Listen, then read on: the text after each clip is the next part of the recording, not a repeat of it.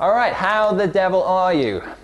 Hopefully your legs are feeling a little bit better after yesterday's walk and you've had a little bit of extra time to recover now.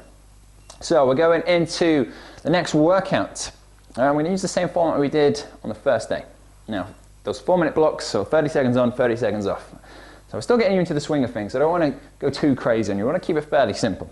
Now, before you get started, I want you to do a warm-up. And the warm-up today is just going to be a 1-minute warm-up, and it's going to be seal jacks and mountain climbers. So seal jacks, feet together, hands together, just jump to the side. There we go. 30 seconds, good pace. Voila. And then down to the ground into these mountain climbers. Boom. All right, 30 seconds of those. Again, if the mountain climbers are too difficult on the floor, put your hands onto a table or a chair. That'll make it much easier. Once you've done that, stretch out the legs, so quads, push your hips forward, go both sides, and then hamstrings. Toes pointed up to the sky, push your butt back, and then anyone else that might be feeling a little bit tight, okay? Then we're going to go into the 20-minute workout. So we've only got 5 exercises for you to do. The first one is press-ups. Now the thing with press-ups is that most people, or most women I should say, do them wrong, all right? Now you want to have your hands wide. Now most women have their hands too close together and they try and do the press-up and they can't get down low enough. And that's because the hands are too close together.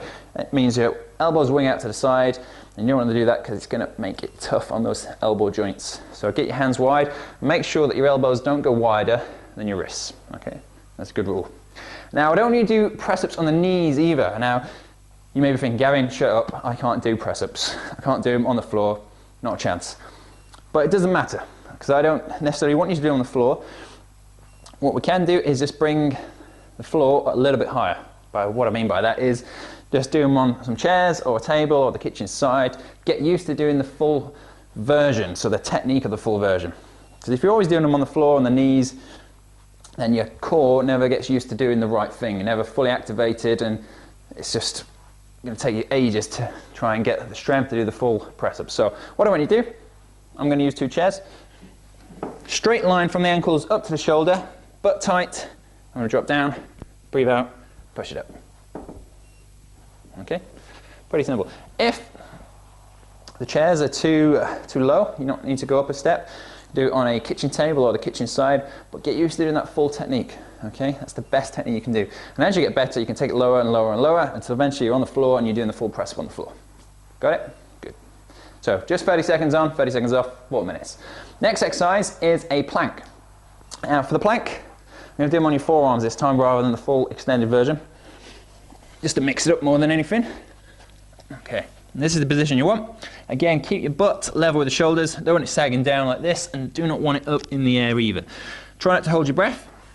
Once you've done your 30 seconds, relax, and then get back on it. Now don't worry if you can't do the full 30 seconds. Just drop down when you need to, but get back up as soon as you can until that 30 seconds is up, and then get your 30 seconds full rest. Okay. Next exercise we've got for you is a squat thrust. Now this is a little bit of a bitch, okay? 30 seconds on, 30 seconds off again. Similar to the mountain climbers, but this time you're going to go both feet at the same time. Hands come down, hop it up, boom. You don't have to go this quick, but this is what we're looking for. And try and get the elbows, or try and get up to the elbows, so knees level with the elbows, and then kick them out as far as you can. All right, so that's a squat thrust again. Too tough, hands on a table, that'll make it much easier for you.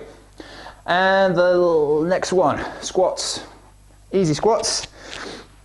Well, they're not easy, but easy-ish compared to the squat thrust. All right, so I'm going to come back a little bit for you here.